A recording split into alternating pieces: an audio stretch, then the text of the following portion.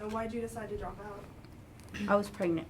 The daycare was too full, so I couldn't find nobody to watch my little boy once I had him. My kids are the ones that motivate me to come to school, to better educate myself and a better job. How many kids do you have? I have 2 little boys, one 2 years old and one 5 weeks old. Wow. Is it hard to leave your 5-week-old? Oh yeah, it's hard to leave them. I have no choice but to leave them and come here and get a better education. You can't get nowhere without an education. You know, you can't get no job that's going to pay you what you want. You know, that's all I can say.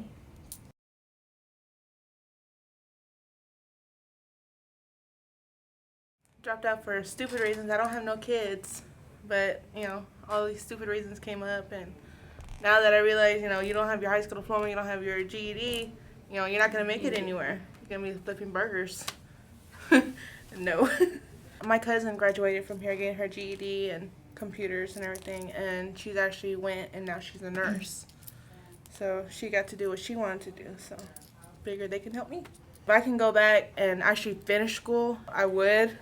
But back then, when you're young, you're not thinking about any of that. I've always wanted to do forensics, and I can't do it without my GED or high school diploma. My brothers and my sister are the ones that are always pushing me, go do it so that way you can do it. And so my brother's getting ready to graduate next year, so he's wanting me to graduate too so we can both go to college together.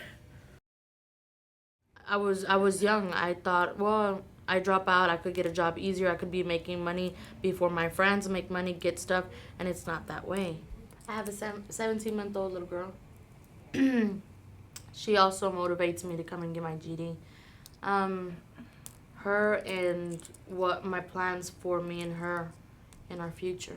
First thing I would help out my daughter with is let her know that I'm behind her the whole way, motivate her. The thing that I would tell her that I wish I would have known back then is that get your education. I really don't have my decision made up yet what I want to be in the future yet. I have no experience. I've never worked in my life, never. Not like that I get paid once a week or once every 2 weeks. I don't have no experience in anything. It's different in a lot of ways to be in a classroom with 30, 40-year-old. I'm the youngest one in the classroom, and it's been different experience. I learned a lot of different stories from a lot of different people. Even me at 45, I'm one of the oldest in the class right now, and that's not going to hold me back. In fact, I'm going to go ahead and stand behind these young girls, and they're not quitting. Not the ones that are in my class. But it's nice because they also tell us about their problems and what they had to go through, and you actually learn. You actually learn before it happens to you, or it could happen to you.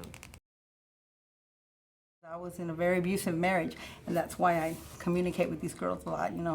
I was stabbed, I was shot, I lived because the man up above helped me, and I was here for my kids, and I told him, if I can go through all that, you can. I had a child at a very early age. I was 14, had a child at 15, and thank God I had supportive parents. My father always told me, don't ever say you can't. That's not in your vocabulary. He always would tell me, don't ever say you can't. Always say, yes, I can. Maybe harder for me.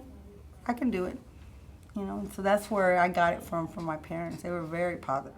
I really believe that what made me strong in my life is that I had such a strong child life. When you have a strong childhood, you can make it through whatever you want to when you're an adult, because you have that to look back to and say, you know what, I had this. And this is what my parents raised me at. You can build me up, you can bring me down, you can beat me, you can stab me, you can shoot me. But if you're not bringing me down, I'm not going to let you bring me down, because this is what I had. This is what raised me.